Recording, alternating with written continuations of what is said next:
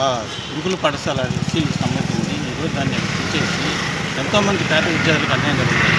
ఈ విషయాన్ని గూడూరు ఎమ్మెల్యే గారు స్పందించి గూడూరు గాంధీనగర్లో కావాల్సిన స్థలాలు ఉన్నాయి. ఒకవేళ అక్కడ స్థలాలు ఏదైనా ఇబ్బంది అయినా కూడా కట్టుకోవచ్చు.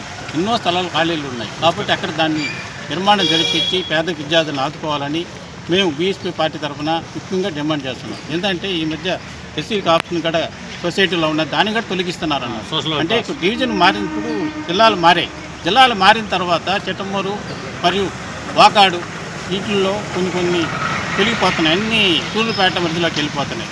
కావున దయచేసి గౌరవ గూడూరు ఎమ్మెల్యే గారు స్పందించి ఎస్సీలకు జరుగుతున్న అన్యాయం మీద బీసీలకు కానీ ఎస్సీలకు కానీ జరిగే అన్యాయం మీద స్పందించి తమరు పునర్నిర్మించాలని ఆ హాస్టల్ను మళ్ళా నిర్మాణం జరిపించాలని. ఒకవేళ అక్కడ ఏదైనా స్థలం ప్రాబ్లం అయినా కూడా గూడూరు గాంధీనగర్ కావాల్సిన స్థలాలు ఉన్నాయి కాబట్టి అక్కడ నిర్మాణం జరిపి ఆదుకోవాల్సిందిగా తెలియజేస్తున్నాం. నియోజకవర్గంలో ఇది ఎస్సీ నియోజకవర్గం కాబట్టి ఆ రోజు 37 సంవత్సరాల క్రితం గురుకుల పాఠశాల అంబేద్కర్ గురుకుల పాఠశాలని స్థాపించారు. ఆ పాఠశాలని ఇప్పుడు మన గవర్నమెంట్ ప్రభుత్వం ఏం చేసిందంటే కొత్తగా ఐఐటి పాఠశాలను స్థాపించాలని నిర్ణయించారు. దానికి హర్షిస్తున్నాం అందరం కూడా. కానీ 37 సంవత్సరాల నుంచి దాదాపు 460 మంది విద్యార్థులు అక్కడ చదువుతున్నారు. అర్ధాంతరంగా వాళ్ళందరినీ ఖాళీ చేసి ఐఐటి పాఠశాల నిర్మించాలనుకోవటం అది మేమందరం మాకున్న విద్యార్థులందరూ తల్లిదండ్రులందరూ బాధపడుతున్నారు.